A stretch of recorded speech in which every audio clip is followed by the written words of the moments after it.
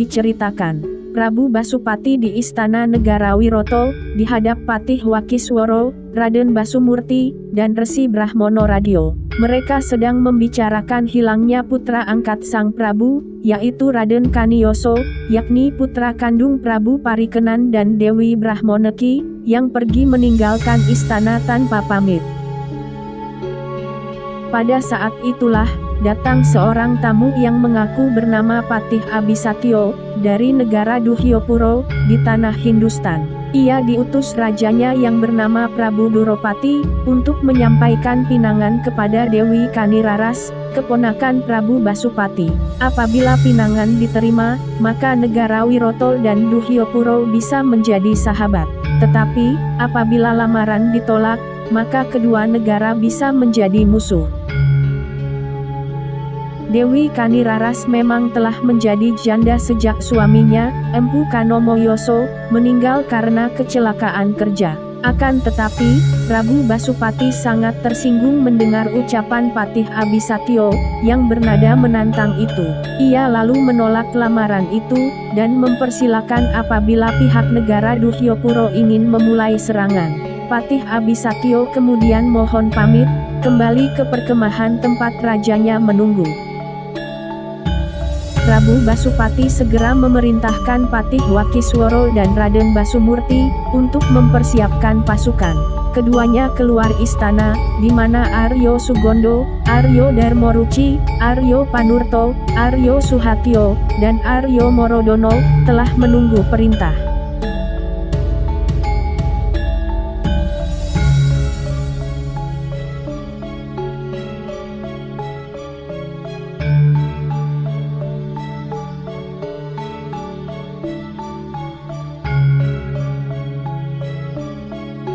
Diceritakan, Patih Abisatyo telah sampai di perkemahan negara Duhyopuro, dan melaporkan kepada Prabu Duropati, bahwa Prabu Basupati telah menolak lamarannya.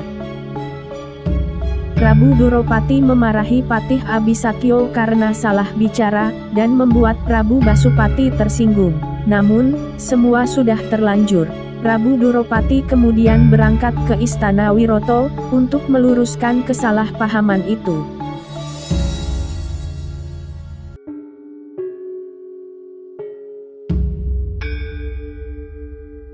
Akan tetapi, pihak negara Wiroto yang dipimpin Patih Wakisworo dan Raden Basumurti, sudah terlanjur bersiaga, dan langsung menyerang rombongan Prabu Duropati. Terjadilah pertempuran di antara mereka.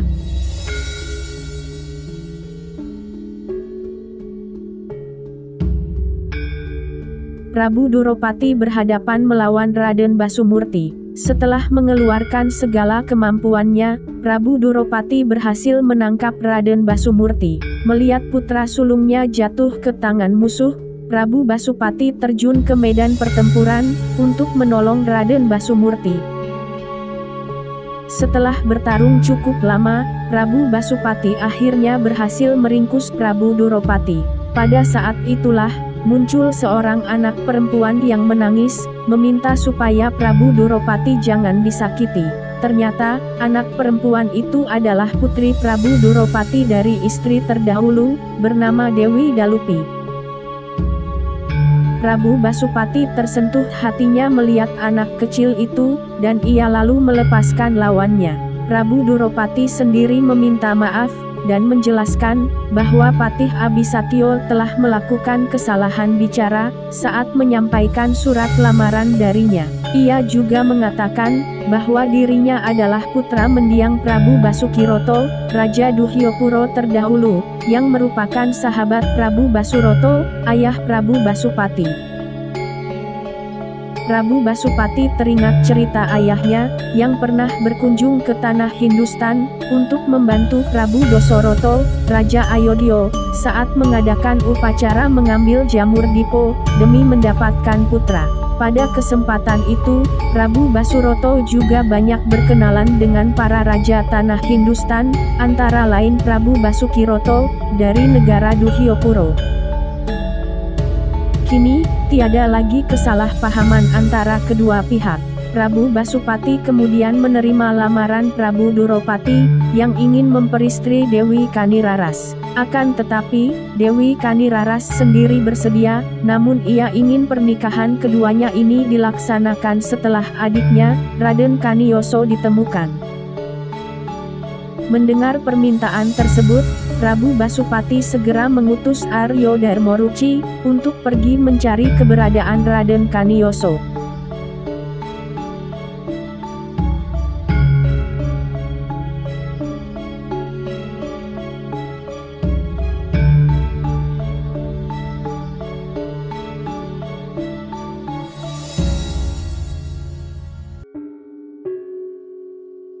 Diceritakan, setelah menempuh perjalanan beberapa hari, Aryo Darmoruci akhirnya berhasil menemukan Raden Kaniyoso, yang menyepi di hutan Wimono. Ternyata, sepupunya itu sedang bertapa, untuk menambah ilmu dan kepandaian, demi bisa menjadi seorang resi. Aryo Darmoruci kemudian mengabarkan, bahwa Raden Kaniyoso diminta untuk segera pulang karena kakak sulungnya, yaitu Dewi Kaniraras, akan menikah dengan Prabu Duropati dari negara Duhyopuro. Pada saat itulah, muncul Batoro Narodo yang turun dari angkasa, mengabarkan bahwa saat ini Kahyangan Suroloyo sedang dikepung musuh dari negara Pringgodani, yang dipimpin rajanya, bernama Prabu Kurombo, yang ingin memperistri Batari Wilutomo. Karena Batoro Endro menolak lamaran itu, Prabu Kurombo mengamuk, dan menggempur pertahanan para dewata. Batoro Endro telah meminta petunjuk Batoro Guru di Kahyangan Jonggring Saloko. Batoro Guru kemudian meramalkan, bahwa yang bisa mengalahkan Prabu Kurombo adalah Raden Kaniyoso, putra mendiang Prabu Parikenan, yang menjadi anak angkat Prabu Basupati. Mengetahui dirinya mendapat kepercayaan, Raden Kaniyoso menyatakan bersedia. Ia meminta Aryo Darmoruci supaya pulang lebih dulu. Namun, Aryo Darmoruci tidak bersedia pulang kalau tidak bersama Raden Kaniyoso. Ia meminta supaya diizinkan mendampingi pergi ke Kahyangan Suroloyo. Maka, Batoro Narodo lalu membawa mereka berdua naik ke Kahyangan Suroloyo, untuk dihadapkan kepada Batoro Endro.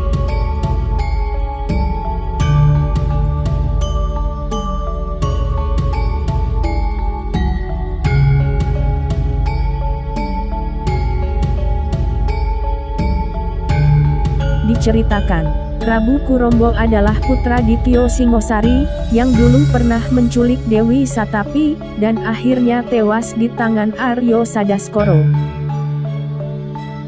Sepeninggal ayahnya, Dityo Kurombo berguru kepada seorang pendeta raksasa, bernama Resi Saniworo. Setelah mendapatkan kesaktian, ia lalu menaklukkan banyak raksasa untuk dijadikan anak buah, dan membuka hutan Wonopringgo, bekas tempat tinggal ayahnya, untuk dijadikan sebuah negara, bernama Pringgodani.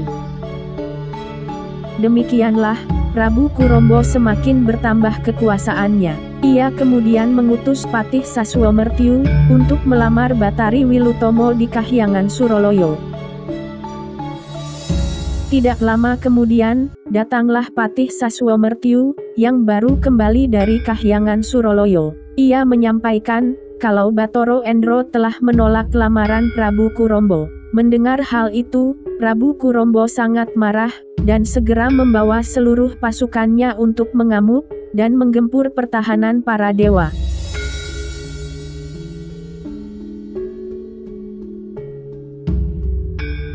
Pada saat itulah, Raden Kaniyoso dan Aryo Darmoruci muncul di hadapan para raksasa itu. Keduanya mengaku sebagai jago para dewa, untuk menumpas musuh Kahyangan.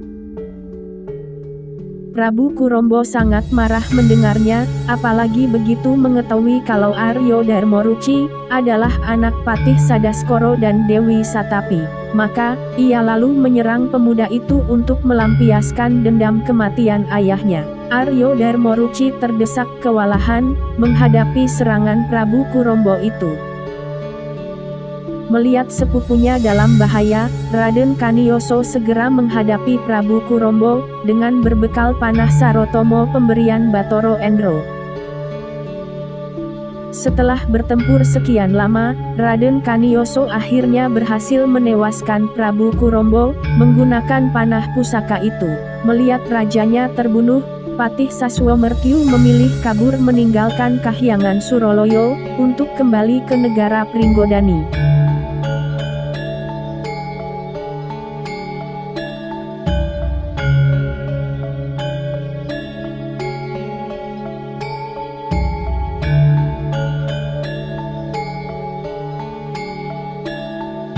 Diceritakan, Batoro Endro memimpin pertemuan di Kahyangan Suroloyo. Ia dan para dewa lainnya, mengucapkan terima kasih kepada Raden Kaniyoso dan Aryo Darmoruci.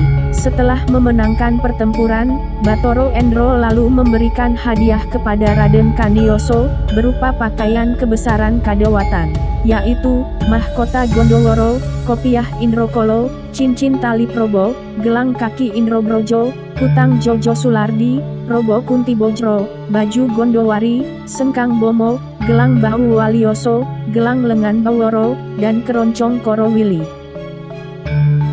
Setelah mendapatkan anugerah dari Batoro Endro, Raden Kaniyoso disertai Aryo Darmoruci mohon pamit meninggalkan Kahyangan Suroloyo. Batoro Narodo diutus mengantarkan mereka, hingga mendarat di Istana Negara Wiroto.